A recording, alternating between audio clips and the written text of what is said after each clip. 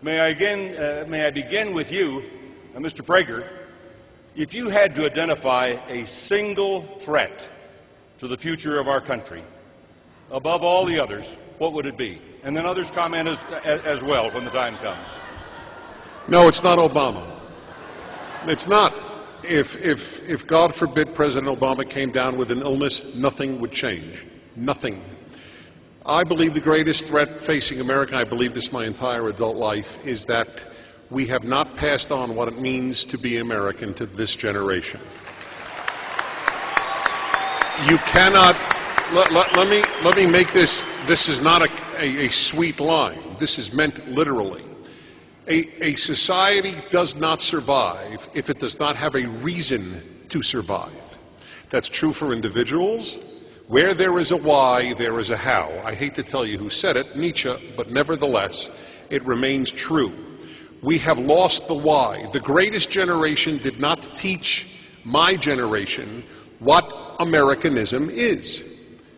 It's not its fault. It wasn't taught. This goes back 100 years to John Dewey, to the importation of European professors to our universities, to a whole host of issues. The average American who deeply loves this country and even has conservative values cannot articulate what those values are. It is no one's fault, but that is the greatest threat. When we understand this American trinity, in God we trust, liberty, e pluribus unum, that is uniquely American. It is not European. The French preferred fraternité and liberté and égalité, equality. We don't, as I explained in my talk. We believe in equality of birth, but not equality of result.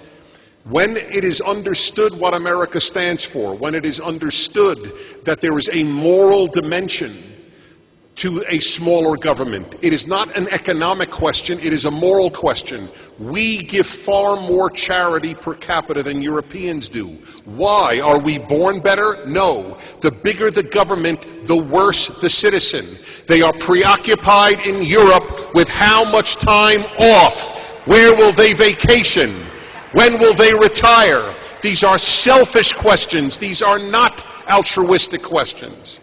So the goodness that America created is jeopardized by our not knowing what we stand for. That's our greatest threat. We are our problem. Yes, sir. I just want to add a word here. There will always be a sliver of Americans like Governor Palin's son who will enlist and know in their gut, because of their home life or because they're just special, that they know that we have to defend freedom.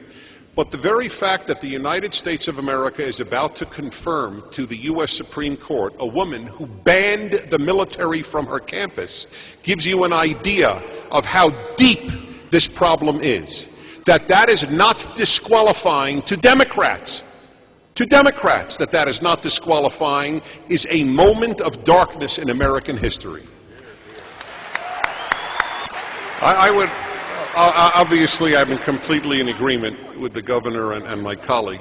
I would just add that I have never said this, so I have good credentials to say this now, because it's common for commentators to say every election, this is the most important election in American history or in our time.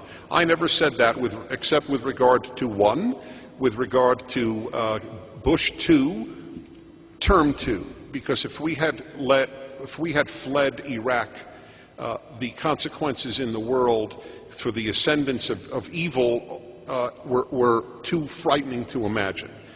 So I've only said this once before, and it was a presidential election. This is not a presidential election and is the most important in modern American history this November.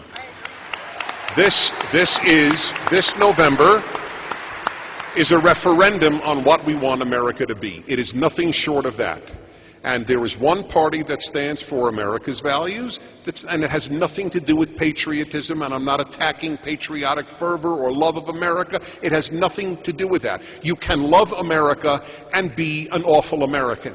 You could love your children and be an awful parent. Okay? These things have to be spelled out to the left because they like to distort everything that we say. So the issue is not, are you a wonderful, wonderful person or love America? The issue is you have different values than America was founded on. And this is a referendum this November. That is why you must work your tails off, as we are working our tails off. If we do not change both houses, we lose. That is how important it is.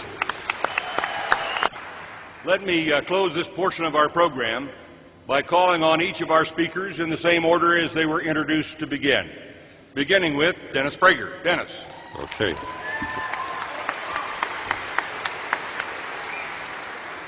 Folks, Abraham Lincoln said that the United States is the last best hope for Earth. That's the way he put it. Or we often say, for mankind. It will not be the last best hope for mankind if it becomes like Western Europe. Nobody has ever said Norway is the last best hope for mankind. Is that fair to say? And I know I'll be attacked as anti-Norwegian because anything that we say is race-based.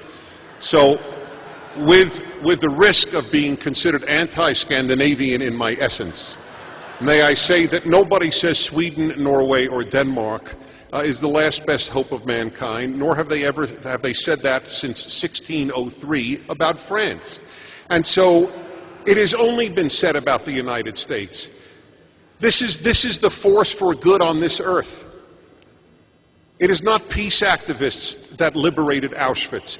It is military people who liberated Auschwitz. The left has everything wrong. Everything wrong. And that is what this battle is about, and it's a heroic battle, but we have to win.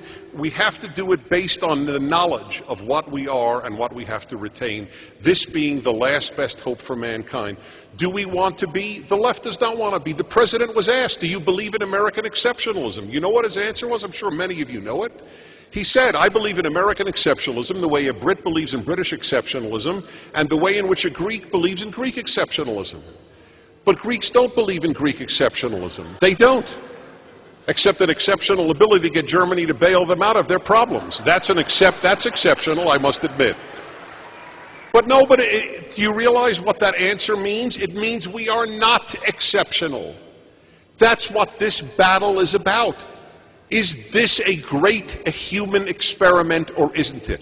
And finally, do we trust the United States to increase good on earth or the United Nations to increase good on earth? The left believes that the UN is a greater force for good than the United States. The United Nations just elected Iran to the Commission on the Status of Women. Do you know, this was the first time in 28 years of broadcasting I could not think of an absurd analogy, because you can't out-absurd what happened at the UN. To elect Iran, I can only imagine, maybe the only thing I can imagine the Iranian delegate to the UN Commission on the Status of Women speaking about is a new color of veil that Iran will be inaugurating, and that will be an upgrade in the status of Iranian women. We are not only allowing black veils, but gray and blue as well. I mean, this is a country that tortures women who run away from their homes because they don't want to marry the man that their parents set them up with at the age of 11. And they are on the status of the Commission on Women. Who is the greater good on earth, the U.S. or the UN? I hope this invigorates you for the greatest fight in our history. Thank you.